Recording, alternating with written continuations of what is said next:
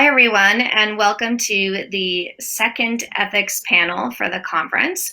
We have 1 hour to discuss the protection of material non-public information and the prevention of insider trading, whistleblower policies and issues and scenarios, and best practices for monitoring, testing, administering, and enforcing these policies. Total piece of cake to get through that in an hour. It nearly takes an hour to say all of that, but we do have quite a healthy agenda. And since this is an ethics panel, rather than focusing on the elements of the law and the compliance obligations, we're going to focus more on the ethical dilemmas that come up in managing compliance with those laws and requirements. So we're going to try to keep this conversational, and we invite you to use the chat or the question and answer tools to ask us questions as we go.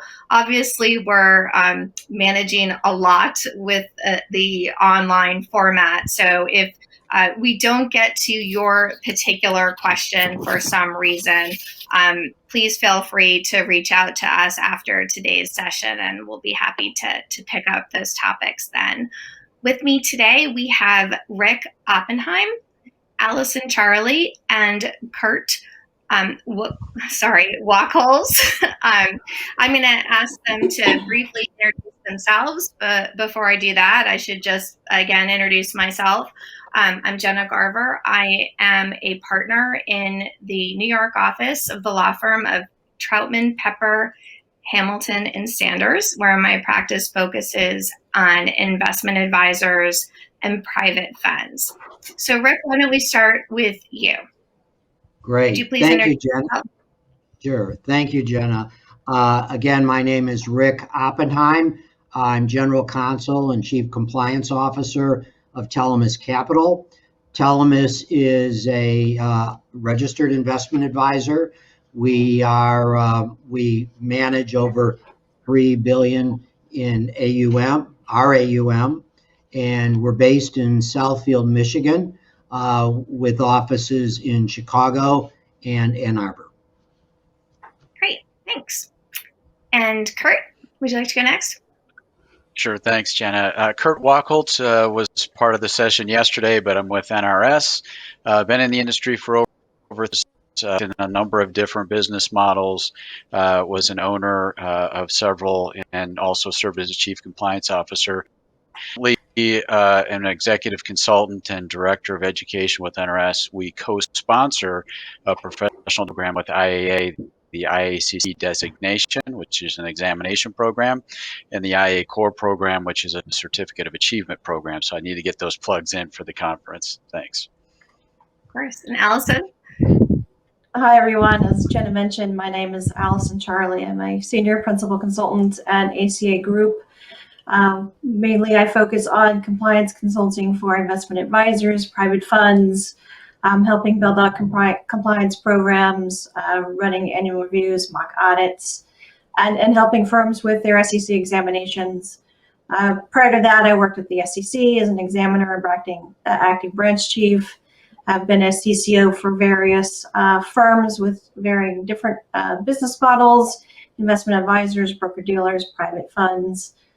Been in the business for about 20 years now, so have seen a lot. Well, thank you all for participating. And among the many things that we all have in common is that we all own the cutest dogs in the world. They were part of our training sessions, and you may hear some of them today. So we'll apologize ahead of time for any disturbances, at least those that come from the dogs. So with that, why don't we kick things off with our first polling question. We would like to know, how concerned is your firm about insider trading? Are you very concerned, somewhat concerned, not losing any sleep, or not concerned at all? So we'll give you a minute to go ahead and select your choice, and hopefully we'll be able to see the results pop up on the screen.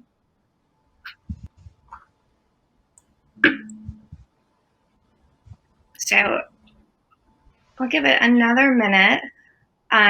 If they don't pop up, we might just kind of keep plowing forward in the interest of time, and then we can always come back when we do get the responses up. So I'm just going to advance the slides in the meantime, if I can do that. Okay, there we go. So I am assuming the answers will reflect at least part of you are concerned to some degree in insider trading, especially since I'm sure we have a lot of chief compliance officers joining us and general counsel. And our first topic of discussion is protecting MNPI and preventing insider trading.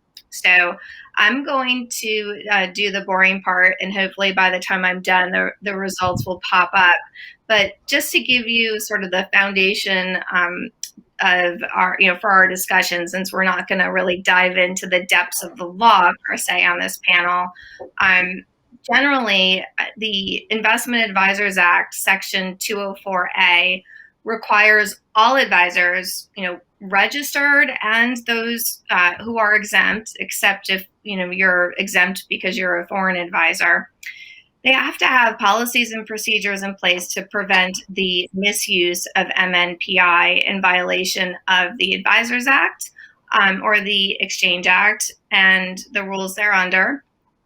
And they also have to basically prevent the misuse of MNPI by the advisor and its personnel. So the Code of Ethics rule of that, Kurt and his co-panelists, when discussed in detail yesterday, was adopted under this section, but that Code of Ethics rule applies only to registered advisors. So for purposes of this discussion, we really are talking about everyone, not just registrants. So before we move on any further, the polling results are now ready. You can put those up. And the answer is C, not losing sleep on it. So that's great, because hopefully that means everyone has sufficient policies and procedures in place. Even when you've got good policies and procedures, things come up, and those are the ethical dilemmas that we'll be focusing on. So back to just this foundational summary.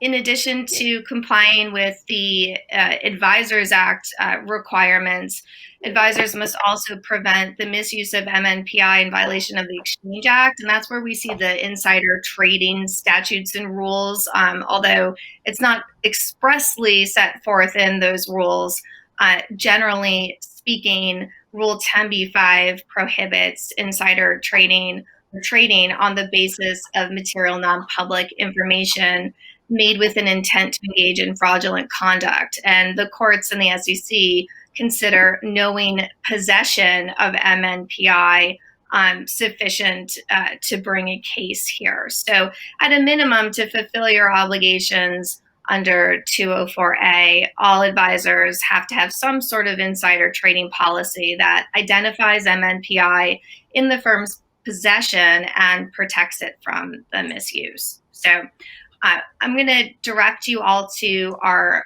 course materials that have more information on insider trading, including recent case law, the elements of insider trading for those who aren't aware of it.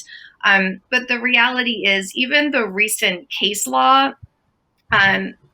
it's important for those who are facing conviction, but it's not, the open issues in the case law are not so important from a compliance perspective, because you still have to prevent the misuse of MNPI, and the details about whether or not someone should be convicted for using it, at that point, there's already been some sort of breach logically.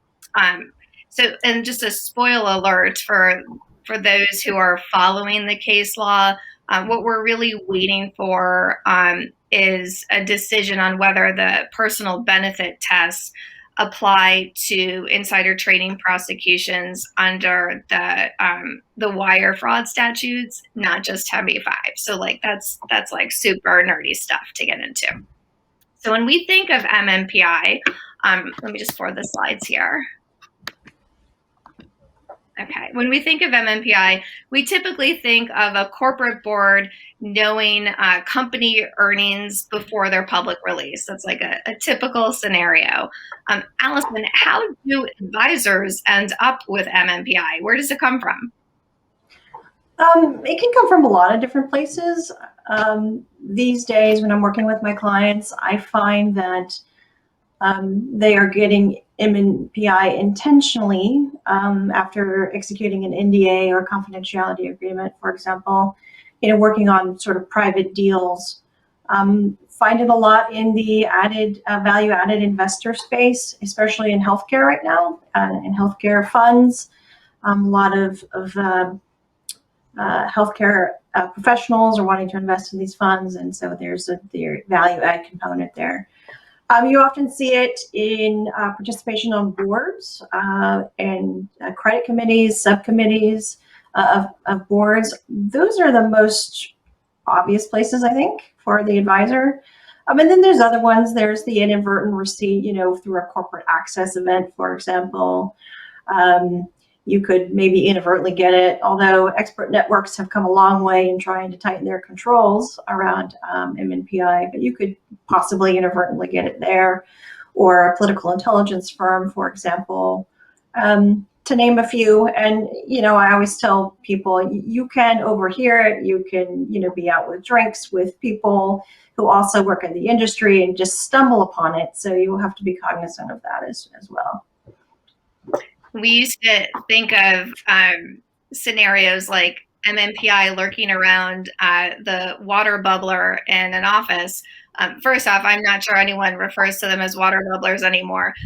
But also, very few people are sitting in the office right now. And the SEC has obviously been really focused on MNPI and protecting MNPI in a remote work environment. And people might have roommates next door that work for public companies, or a spouse or other household member. So there are lots of ways it could be lurking around the corners. Rick, who's responsible for identifying MNPI at your firm?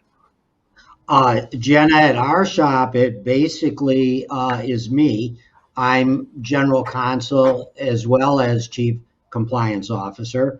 And so ultimately, I'm the one that has to, go through the analysis when different situations come up of whether we're dealing with MNPI. Now, I'm very lucky in that I should mention, and let me get a plug in for Focus Financial Partners. We are a Focus Financial Partner firm. And as a result, I have colleagues and a great resource in the folks at the Focus Legal and Compliance Department. So to the extent I want to vet a particular issue, they are a good place for me to go to. From time to time, we'll also bring in outside counsel to assist, but at the end of the day, it ultimately will fall to me to make that decision. And Kurt, what do clients do if they don't have a general counsel? Yeah, I think a question, and I want to step back just a brief minute to talk about where kind of Allison was talking about the real specific examples. And I think one of the things to think about just in a general sense is addressing of insider information reasonable and adequate given your business model.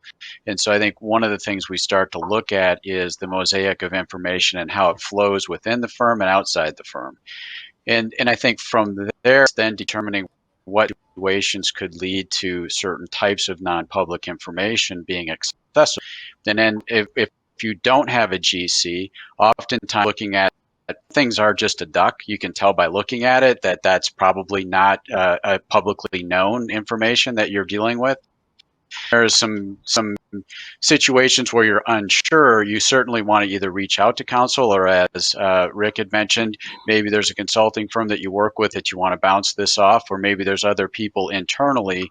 Sometimes we will see it with someone in senior management. As a chief compliance officer, you may want to talk through the issue, because you're going to bubble wrap. When we get to what do you do with insider information, that can have an impact on the operations of the firm. So you certainly want to make sure you know what you're dealing before you start to deal on how you're treated type of knowledge. Yeah, I think it's a great point that some information is more clearly identifiable than others. And, if you're a firm that is choosing to come into possession, as Allison said, you want to make sure that you have a good system in place ahead of time to manage that. But on those inadvertent receipts, you need to make sure that you have the ability to detect it when it does make its way into your firm. And the determination, I guess, it's a legal question. And the few things that are not specifically required of a CCO in the Advisors Act, this would fall into that category. It's the firm's obligation and not specific to the chief compliance officer. So you can certainly get the help that you need in that regard. We did get a question in, and I think I'm just going to mention it. I think we'll address it a little further on, but it highlights how it could come in from many different ways. And this question asked if a client requests to trade a certain security because they have a relative that works there, I'm assuming, meaning the issuer, what is the firm's obligation? So you have to really take a good inventory to understand where MNPI could come from. It could also come from your clients. It's not necessarily just from your associated persons, but it could come, in fact, from your clients. And we'll get to some of the tools that you can use to address those issues in a moment. So we got one other question for retail RIAs advising on mutual funds, I guess, MFs, for retirees, what MNPI scenario is possible? That's a pretty open-ended question. I think at this stage of our conversation, we're focusing on how MNPI could come into, how the firm could come into possession of it and therefore need to protect it. And there are many ways in which you can have an MNPI scenario, but that question is probably a bit too broad for us to tackle at this point. So with that, we are going to move on to our next poll. So once you've made the determination that you in fact possess MNPI, how do you protect it? Do you use restricted lists or watch lists, sometimes they're referred to as gray lists, information barriers, prohibit the use of expert networks? Allison had just made a reference to those, or all of the above. So I'll give you a minute to go ahead and select your response. So while they're doing that, Jen, I want to come back to that question that you were just talking about. I know it's very broad, but I want to make sure that we don't lose sight of the fact that talking about is information regardless of the products that you're offering to your clients. As Genna started the session, the law isn't specific about, hey, only if you're working in that space. It's about if you come in contact MNPI relative to someone acting upon for their benefit, you have an obligation to have reasonable structures in place to prevent its misuse. So maybe you're only a mutual fund shop, but your portfolio managers are talking to people that may gather non-public information. That's a risk to the firm. I don't want you to stop, maybe change that answer to not losing sleep to now being awake at night, but you should structure things in a way that recognizes, and again, I stress it enough, information flow within the organization and relationships that may have this type of situation occur. Yeah, so that's an excellent point, because I hear all the time, oh, well, I only advise private funds that themselves only purchase private securities.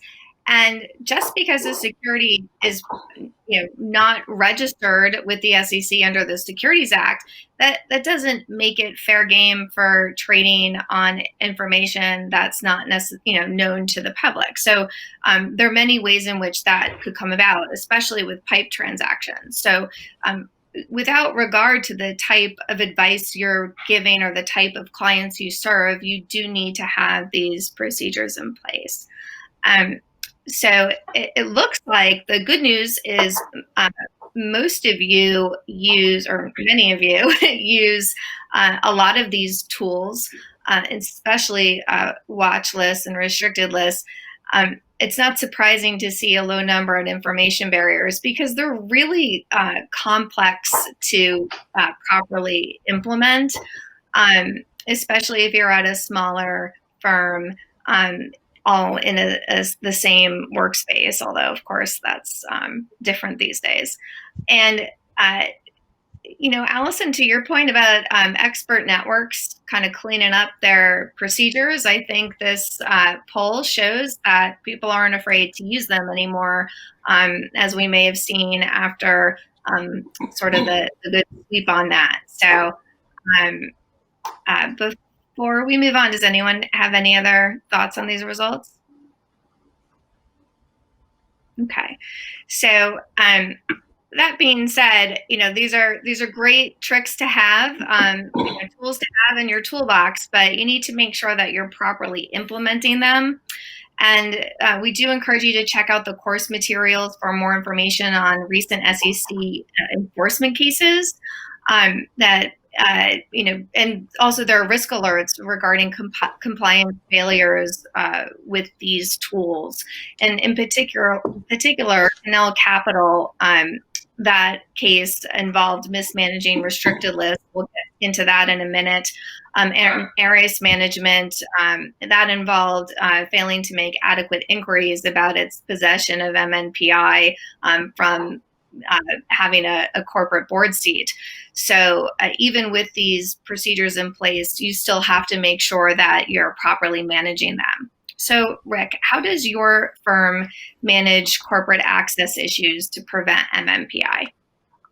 Genna, actually, I'm glad that in the polling question, restricted lists and watch lists came in so strong and with a high result, because those are principal tools that we use in our management efforts to control the use or prohibit the use of MNPI. A few specifics. First off, we use as our compliance platform the Schwab CT tool. We use it a great deal. And what we do is we maintain both a restricted list as well as watch list. Now, I think it was mentioned earlier, sometimes a source of information can be, somebody who is a corporate insider. And in fact, we have clients who are corporate insiders. And when we've identified that, we put their companies on our watch list, which will help to flag any trades in those particular companies. Similarly, we maintain a restricted list, and we happen to have one employee in the firm who's serves on a corporate board of a publicly traded company, and that position is permanently, as long as he's in his role, on our restricted list. So those are two ways that we monitor for potential trades in MNPI in those particular companies. Let me also mention, and maybe this is kind of jumping ahead to the GameStop situation, but as we are, of course, we require all access persons in our firm, and we apply that very broadly, the definition of access persons, just because of the makeup of our firm, both physically and as well as how the company is organized and operates. All employees may only trade in, have brokerage accounts at firms, at broker dealers, where there can be a feed from that firm into the Schwab CT tool. And the reason I mention that is it's very important that we know what their personal trading activity is, so it's being monitored all the time. And to the extent, and this was very apparent during the GameStop situation, where was a lot of public pronouncements that were being made, over hours, hourly, within a period of a few days. And in those situations, to the extent someone was trading in one of the volatile stocks, the system would flag what are potential situations. It didn't mean they were necessarily violations of an MNPI, but it would constantly flag those trades. So I could then look at the trades to see if there was any, real situation where someone was trading based on material non-public information in advance of some type of public announcement by one of those firms. So bottom line here, we really rely on restricted lists and watch lists a great deal. The use of technology, I think, as you mentioned, is really important here. While some may maintain their restricted lists, old school style as a saved document on the system or something of that nature, I know advisors have really beefed up their practices to automate certain functions and sort of make their restricted lists come to life, either using an order management system to tag to that to prevent trading if there is an issuer on the restricted list, and some other tricks to help the compliance department fulfill its obligations. Kurt and Allison, what practices are you seeing with restricted lists? The technology is great, but as we saw in these no action letters, and frankly, as I see on exam, they're not necessary. The procedures around maintaining a restricted list are really important. Not just in terms of implementing them, but developing them fully enough in the eyes of the SEC. And I was hoping you guys could talk about that. Sure. Allison, you want me to go first? Sure. Or so I think a couple of things. Yeah, I think a couple of things with that, Genna. I think one of the things that I find is if you say you have them and you don't have them, that's an easy deficiency. I see that all the time where I'll read a policy and they say they have these lists and then they can't. So if you're saying you have them, make sure you got them. The second thing is on the use, and as Rick talked about it, is making sure that you've got a process. Something gets on it and comes off it, and what are the things that you do while you have things on these lists, and how they transact or transfer from one to the other is really important. Oftentimes we'll see policies that may just state these things but not have any real instruction around the way in which they're used. And as a consultant, what I tend to find is that as we're interviewing, they have a really good process and tell us about, but there's no documentation support sort of how that happens in the practice. And so I think, give yourself credit when you're using these tools to put down on paper the way you're using them, because that's where you get the credit in doing these types of things. And Allison, you have thoughts here as well. I do. So to add on to what Kurt was saying, it is one thing to have a process and have a list, but you need to really integrate that list into your daily processes, get it embedded into your OMS so the firm is not able to trade on those names, get it into your personal trading system. There's plenty of good ones out there. So people cannot trade in their personal accounts on those names. So it's just in the fabric of daily activity of the firm. I also find on the back end, there's debate about when to scrub the list, how to scrub the list. It depends on the firm that you're talking to. I feel like PE firms are a little less inclined to scrub their list as often as some other firms, just because their pipeline for MNPI can be a little bit longer than everybody else's, and they want some, fluidity in how and when things come off. But I have seen at least once the SEC comment on the fact that the list had not been scrubbed, which sounds a little bit counterintuitive to say, well, it's on here, let's just leave it on here. The SEC should be fine with that, when in fact they said the opposite. This has been on here too long. Why are you still restricting this when this is clearly now public information? So I'll add that to the commentary there, that I've seen that.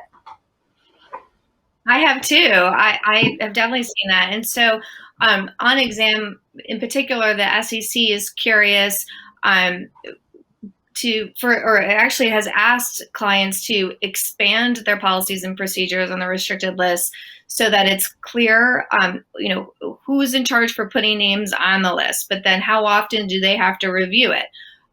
Who's responsible, or what are the procedures for removing a name from the list? So not just like how often are you looking at it, but when do you know it's safe to trade? And that question is just as difficult to answer sometimes as the initial, is this MNPI? So, there are a lot of challenges here, especially for a compliance officer where they're getting pressure because, folks want to trade it. And really going through the analysis and knowing that it's okay to take action on it can be very stressful, I think is the right word there. So just make sure that you are properly implementing these procedures. It's not enough to have them, as we have seen. So I think we have a few questions here. We're already halfway through the program, which is bananas. But there are a few that I think are worth addressing if I can tick some of these off quickly.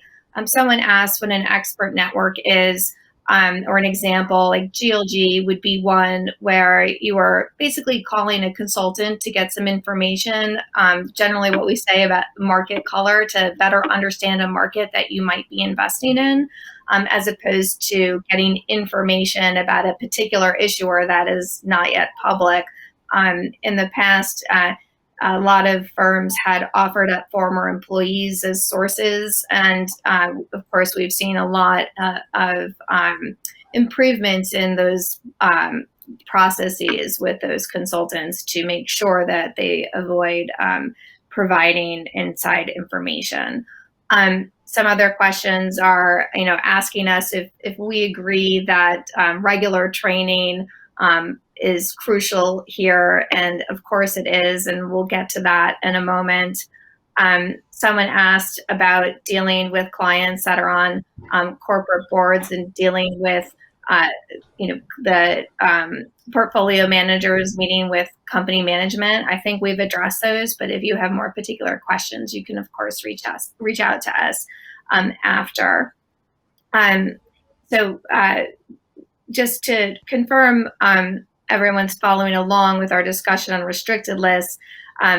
We did get a question asking Rick to clarify, if a client is an insider of a company and you place that company on the restricted list, do you allow any clients of the firm to buy the company stock, or just employees? Okay, well, actually, just to clarify, when I'm talking about the client insiders, the clients who are insiders of a company, we put those on our watch list, not our restricted list. And the reason they're on the watch list is for purposes of monitoring what kind of trading is going on by other employees relative to that particular stock. So for example, typically those securities would not be in the names that we are trading in our models. But if they were, then those companies would be on our restricted list, which would be a prohibition, for our employees. However, to the extent that a client, we allow certain clients for whom we have a managed relationship to also, as an accommodation, have an accommodation account where they can call in and direct trading in a directed trading account. Typically, unless we had some reason to believe that there was a problem with that client having access to information, we would typically allow that client, again, not the client who's the insider, to trade in the company. But again, those are on our watch list, not our restricted list. So, Great. Really two different situations. Hopefully that clarifies the situation for the person asking the question. Great, thanks, Rick. So we're going to move on to our next polling question. Let me put that up for you here, which is a throwback to yesterday's panel. What policies do you have in place to restrict personal securities transactions? So our choices are pre-approval of all personal transactions, pre-approval for personal transactions and issuers also held by clients, which we just discussed, pre-approval required for IPOs and private placements, and blackout dates and or time limits. So you can go ahead and think about this and submit your response. I'll give you a minute to go ahead and do that. And while they're doing that,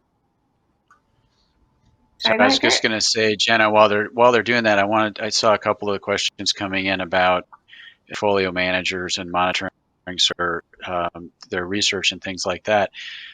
Rick's been talking a great deal about the lists and monitoring transactions in their accounts and things like that. And I think that's the core of things that we'll look for when we're dealing with access to information. But there are other tools that you already have available to you as a compliance officer in your surveillance arsenal, and that's looking at notes, investment committee notes or meeting notes that your portfolio managers are writing up on the people being. And also look, and this is probably a better use of your email surveillance, these are the types of things that I would do a much more targeted email search on versus some random sample.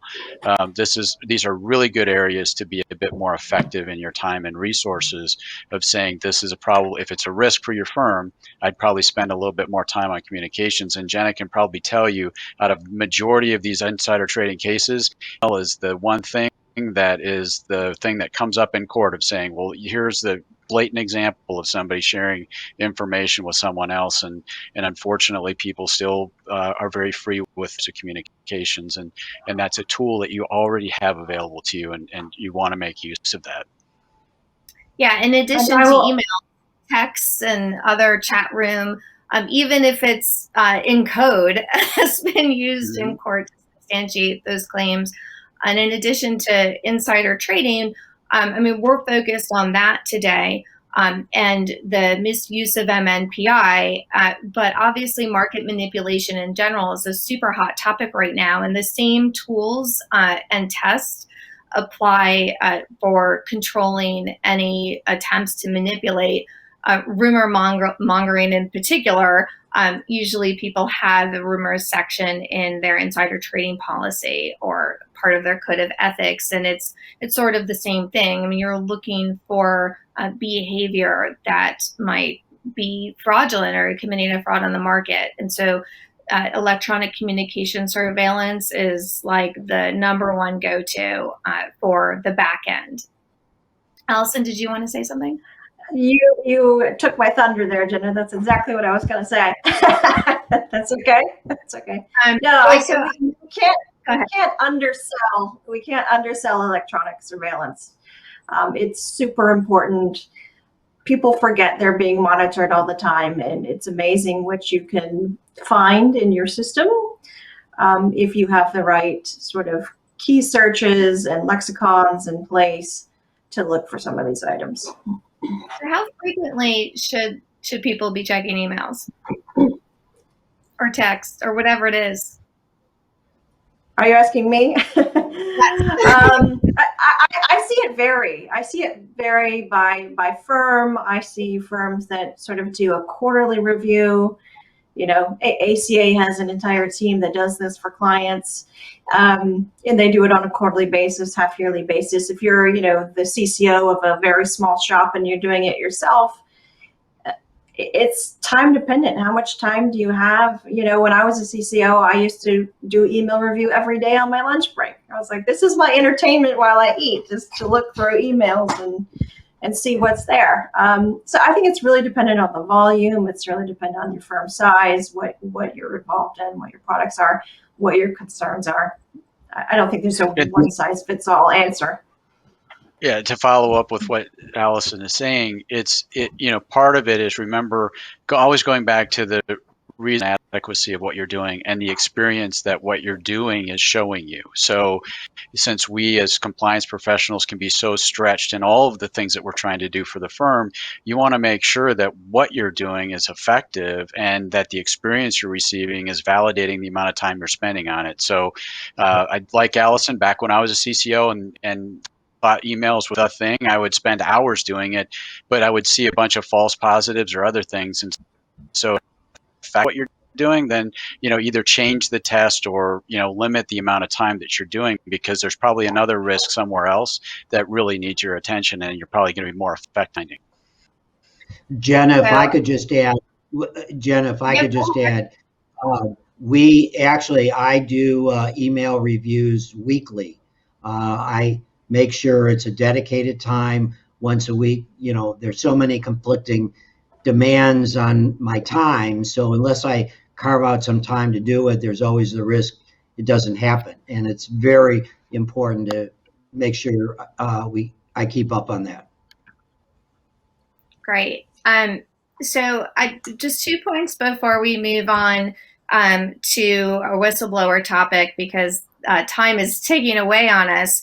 I think the real ethical dilemmas here really fall in the determinations that we've discussed, and that's deciding when something is MNPI, deciding whether you should come into possession of it. If you're using a watch list and a restricted list, deciding which list it belongs on, and then when it comes off the list. Those can all be very challenging with competing interests at your firm, with the business side perhaps interested in trading as soon as possible or coming into possession so they can do a transaction. There are a lot of difficult scenarios. And then, of course, if you happen to find chatter that might suggest inappropriate behavior, reporting to senior management, if it's someone in senior management, that could be really difficult. It's never easy being in that compliance hot seat. I want to mention, just to address one of the questions we received before we move on, with the remote work environment, the SEC has put out some guidance just as a reminder that it's a ripe situation for the misuse of MNPI, as we mentioned. The things that you can do to address that risk would be more training, make use of the fact that everyone's on webinars anyway, so they might as well add some more training to that. It might also be a good time to solicit, updates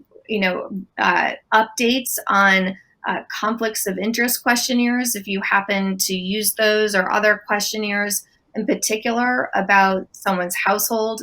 It's a very, very sensitive topic right now, but a lot of people have relocated in this time, at least temporarily, or they may have household members moving back home with them, or family members moving back home, which could affect the types of trades that need to be reported in your personal securities trading policy. So that's certainly something to keep in mind in the remote work environment. So we're going to have to move on now so we can cover our deliverables on the whistleblower program. But if anyone has questions we didn't get to, please feel free to reach out to us on the MNPI. So we are going to move on now. The whistleblower program, for those of you who don't know, This is a Dodd-Frank expansion, if you will, and the program provides monetary awards to eligible individuals, so that would not be lawyers, that's how I always read that, who come forward with high-quality original information that lead to an SEC enforcement action in which over $1 million in sanctions is ordered. And so far, since the program's inception in 2011, they've actually handed out over $700 million in awards. That's scary for everyone participating on this panel.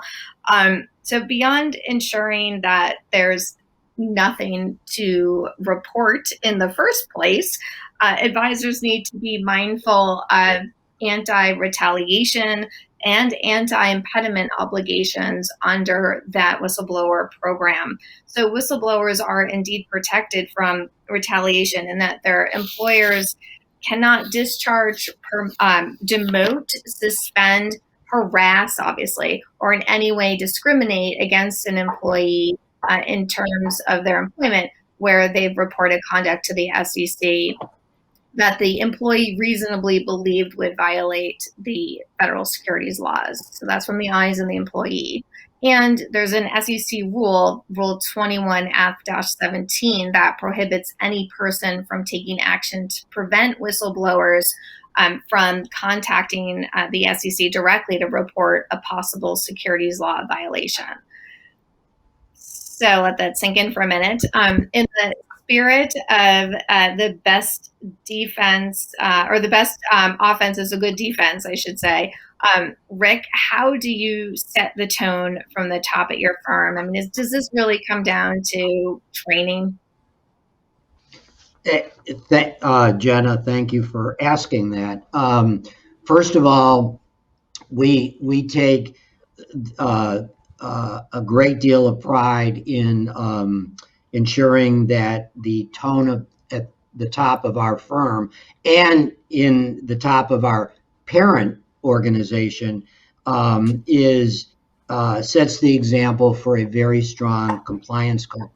I mentioned earlier we're one of the partner firms of Focus Financial Partners, and not only do we emphasize to new employees, both as part of their ongoing initial orientation as well as the ongoing training, not only do we emphasize the importance of having a strong compliance program in the firm, but I'm really fortunate that because we are part of Focus, that's a major emphasis at the Focus level as well. They want all of their firms to have a very strong compliance culture. And it's just something that we continue to emphasize, in terms of the role that I play at the firm. So I as the chief compliance officer are very visible. I'm part of, a lot of the leadership decision-making activities. People know me. They see me regularly. I have a strong open door policy, and it just kind of thread into everything we do as an organization. I don't know if there's time. I can go ahead. I'm sorry. Go ahead. I'm sorry. I'm just going to move us along here. Sure. So as part of this program, how do you encourage people to report internally? I mean, I would think, better they come to you first and let you resolve things. So how do you encourage that?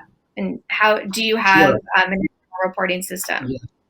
Actually, we do have a internal anonymous whistleblower function, and that's something that I cover in depth with all new employees as part of their initial orientation. And in fact, we continue to remind employees about it as part of the annual employee compliance questionnaire that they're obligated to complete. So as part of the orientation, I would typically have a conversation with the new employee, letting them know first that we do have the functionality, that I encourage them to use it, and that, they should also feel free to use it whenever they feel it's appropriate, and that anything that gets reported would be done on an anonymous basis. Now, at the same time, again, without dissuading them from using the anonymous whistleblower function, I also let them know that they should feel free to reach out to me at any time, whether it's coming to my office, if we're, in the same physical location, if picking up the phone and calling me, to reach out to me with any issues that they have any concerns about. And, I want them to feel comfortable asking me first. Sometimes people can see something, they don't really completely understand, what it is they're seeing. They may have a question about it, and I tell them that anything they're not comfortable with, I want them to pick up the phone and call me, and we'll talk about it. To the extent possible, I'll keep it anonymous although I also explain there are times that in order to address their concerns, I may have to escalate it among the leadership team. But, I want them to feel free and encourage them to escalate issues, as they identify them.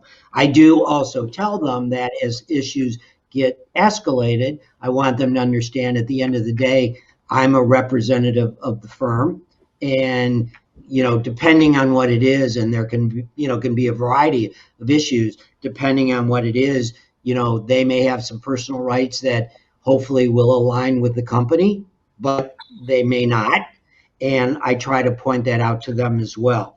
But again, key to all of this is making sure they understand it's an open door. I want them to call me, and they should feel free to do that. That's great. And I love how you address the issue of confidentiality and coming to you, and clarifying your role in that. As much as you want to encourage them to come to you as a close confidant, you're there on behalf of the firm, and you can't necessarily make promises about keeping their claim anonymous, or any sort of confidences in that discussion. Kurt and Allison, do you have, are you willing to share, I should say, any client experiences where a credible tip has come through internal reporting, and kind of the next steps? I mean, I would assume there'd be some sort of internal investigation into it, but I mean, is there a duty to report to the SEC? Like, what happens once you get your tip? So I'll start, not from a client story, but a personal story about a time that I had to contemplate whistleblowing on a firm where I worked. Very complicated story. I'll sum up the best I can in the interest of time. I realized that the CEO of the firm had misappropriated funds from clients and investors before I arrived on the scene, but I found it as I was struggling with what to do with that. My first step was going to internal legal. Felt like they were not well positioned to help me. And then I went to external legal. I found like that was not a good fit for getting the situation resolved. And so if the CCO, I was left holding the bag. What do I do with this information? I can't course correct here. I can't, get the CEO in line. But he has stolen money from clients and investors. And so, that's criminal activity. The SEC needs to know about it. By happenstance, the SEC was doing an exam at the time. So I struggled. Do I tell the SEC? Do I wait for them to find it? Will they find it? And if I do whistleblow, do I do it? Do I go engage my own personal counsel to help me do that? Do I do it as an individual? What are the repercussions for that if the firm finds out that I've done it? So that was a real situation that I struggled with.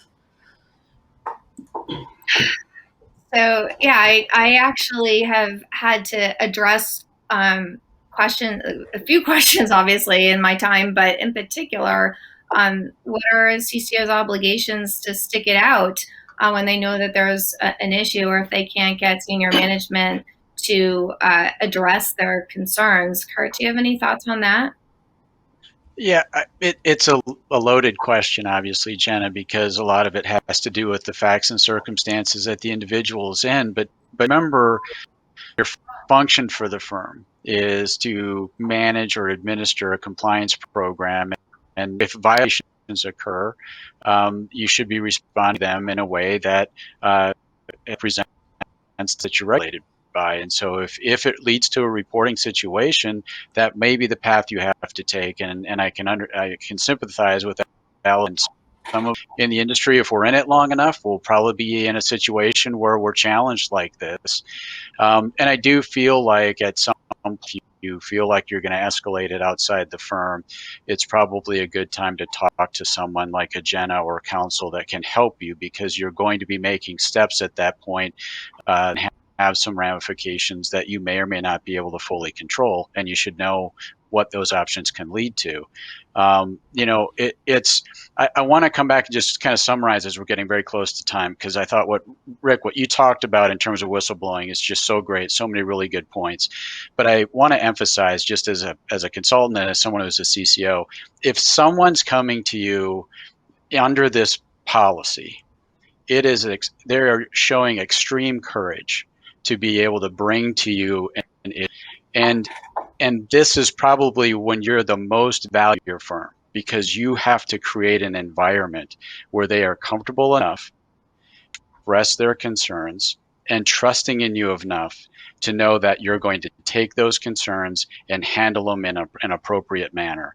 And that is huge. And I mean, that's a skill that I think you all give yourself a pat on the back for, because it's so critical in a situation and handle it.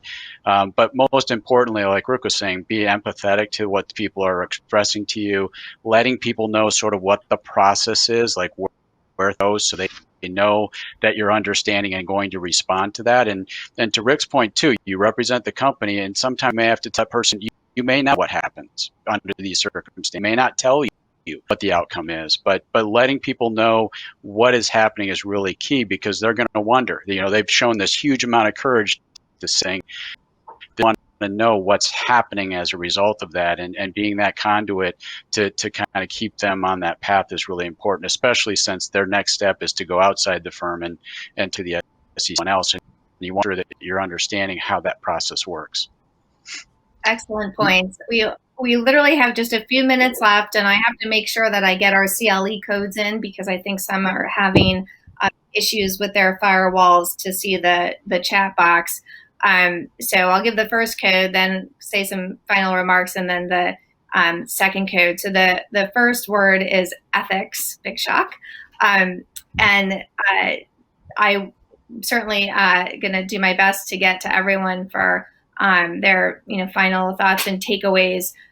But I think since we obviously weren't able to address every possible ethical dilemma under these very hairy topics today, I think the best takeaway is to don't go it alone, especially if you're a compliance officer, even if you're a GC. Everyone should be equipped with sufficient resources needed to do their job, and there are plenty of resources available. Yes, they can cost money at times, and there should be budget to help you fully protect the firm. But it is obviously something to consider to make sure you have the resources necessary to work through these critical issues as your firm faces them. So the second CLE code is the number 2 and ethics. So the first one was ethics, and the second one was the number 2, ethics. Hope I got that right. Hopefully you'll at least get partial credit if you use those codes. We have 1 minute left. I know we just heard from Kurt and Rick. Allison, did you have any final takeaways? Just to echo what you just mentioned about having appropriate resources and not going it alone on this particular topic, MNPI can be a gray space. Whistleblowing can be definitely a gray space. So encourage your firms to provide you with the appropriate resources to to get the help you need. And so obviously we couldn't get to all of the questions today, but I do, again, want to stress that we're available if anyone wants to reach out to us after today's session. I believe our contact information is in the course materials. If not, I'm sure you can always Google. And with that, I think we are at the top of the hour. And I just want to thank our panelists so much for bringing your stories and insight to our discussion, and also to the IAA and all of the sponsors for allowing us to put this program on.